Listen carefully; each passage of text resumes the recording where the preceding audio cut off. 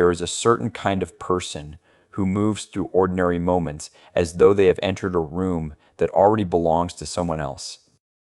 They step aside quickly in narrow hallways, soften their voice before speaking, and begin a request with an apology even when the request is completely reasonable. If someone has to wait for them, adjust a chair, repeat a sentence, or make room at a table, they feel a small internal pressure to compensate. Sometimes the apology arrives before they've even decided whether they did anything wrong. From the outside, this can look like excessive politeness, insecurity, or a lack of confidence. Other people may tell them to stop apologizing, speak up, or act as though they belong.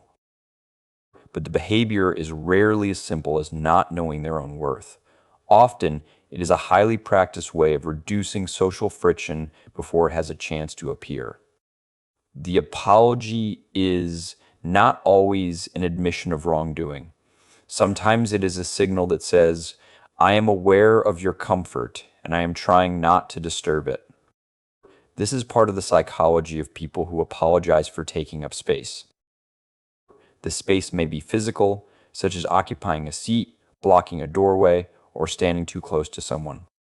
It may also be emotional space, needing reassurance, expressing disappointment, asking for help, talking about a difficult day, or allowing attention to remain on them for more than a few seconds. What appears to be a verbal habit can reflect a much deeper relationship with visibility, need, and permission. Human beings constantly monitor the social environment for signs of acceptance and rejection. The nervous system pays attention to facial expressions, pauses, changes in tone, interruptions, and subtle shifts in another person's attention. For someone who has learned that inconveniencing others can produce tension, these signals may carry unusual weight. A brief silence can feel like irritation. A distracted expression can be interpreted as regret. The brain begins preparing for disapproval before there is enough evidence that disapproval exists. Apologizing can reduce that uncertainty.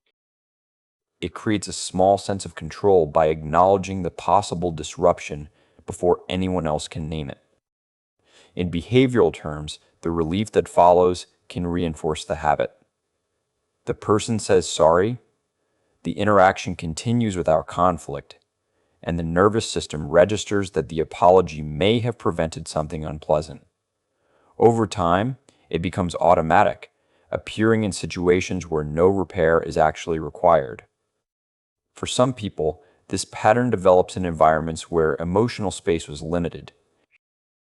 A family may not have been openly cruel, yet certain needs could still have been treated as inconvenient, dramatic, expensive, distracting, or poorly timed. A child might learn that the easiest way to remain connected is to need less, ask carefully, and recover quickly from disappointment. They may become skilled at noticing when adults are tired, stressed, impatient, or emotionally unavailable, then adjust themselves before anyone asks. Sometimes the learning is more direct. A person may have been interrupted often, criticized for being too loud, teased for showing excitement, or made to feel demanding when asking ordinary questions. They may have received warmth when they were helpful and undemanding, but distance when they required attention. None of these experiences has to be dramatic in isolation. Repetition is enough to teach the nervous system that belonging feels more secure when one's presence is easy to manage. This can also develop later through relationships, workplaces, friendships, or social settings where people respond poorly to boundaries and needs. If expressing discomfort repeatedly leads to defensiveness, withdrawal, or ridicule, the person may begin cushioning everything they say. Sorry becomes a protective layer around the message. It gives the other person reassurance before the speaker reveals that they have a preference, a limit, or a feeling of their own. Not everyone who apologizes frequently has the same history, and frequent apologizing is not automatically unhealthy. Some people use apologies as a form of warmth, cultural courtesy, or conversational cooperation. Others are naturally attentive to how their actions affect the people around them. There is no single correct amount of assertiveness, emotional expression, or social accommodation. The meaning depends on whether the apology reflects genuine responsibility or a persistent belief that ordinary existence requires permission. The pattern can even contain real strengths. People who monitor their impact closely are often considerate, perceptive, and quick to notice discomfort in others. They may be excellent at creating room for quieter people, anticipating practical needs, and preventing unnecessary conflict. Their sensitivity is not imaginary.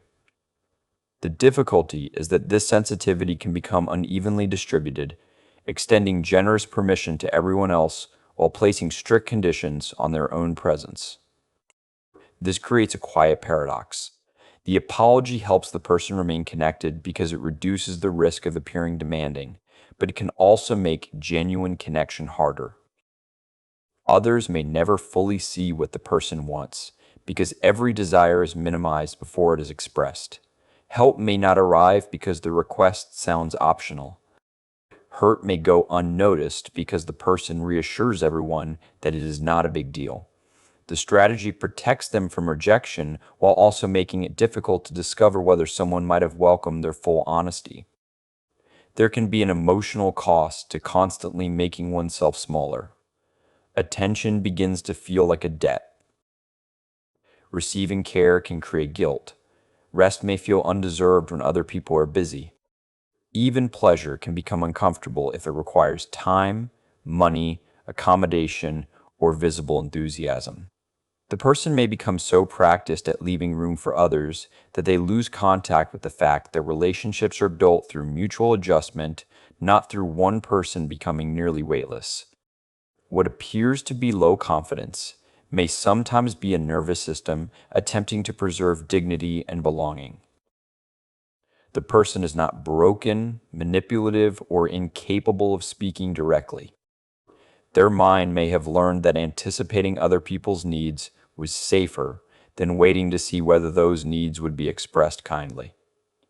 The apology was a way to remain visible without becoming a target, to ask without seeming demanding, and to exist without risking too much disruption.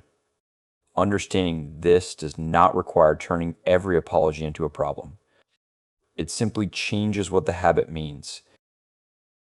Beneath the word sorry may be an old calculation about how much presence the environment can tolerate. It may reveal where someone learned to associate being noticed with creating pressure and where consideration quietly became self-erasure. Patterns like this are often less about language than about the private rules a person carries into relationships, how much they are allowed to need, how long they may speak, how visible they can become, and whether closeness will survive the inconvenience of their full presence. Following those rules back to their source can reveal other quiet ways. The mind learned to create safety while remaining close to other people. Thanks for watching. If you liked this effort, please like, share, and subscribe. It helps support more thoughtful videos like this.